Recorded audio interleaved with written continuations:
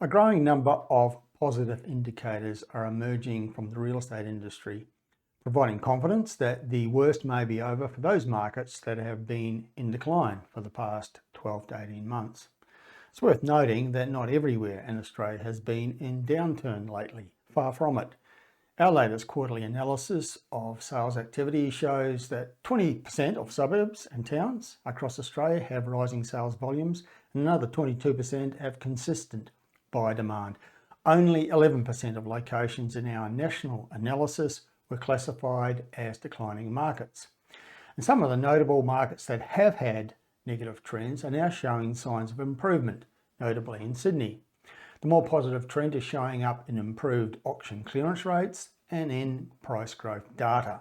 The national clearance rate rose steadily in February to reach 70%, and the clearance rates for the major capital cities have remained above 70% throughout March.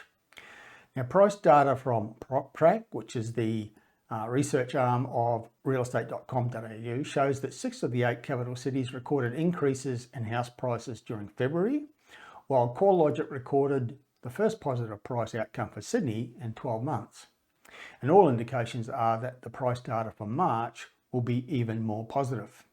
Now, this is happening despite multiple consecutive interest rate rises by the Reserve Bank, and puts the lie to the claim by many economists that rising interest rates means prices will fall everywhere. Frankly, this is kindergarten analysis by the major economists of Australia, including the ones with fancy titles at the big 4 banks, who, based on their track records, are amongst the worst forecasters of property price outcomes in the nation.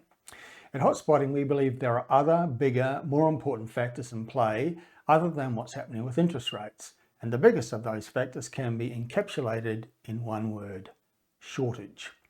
Not only do we have the most serious shortage of rental properties ever recorded in Australia, but there's also a significant undersupply of homes available for sale.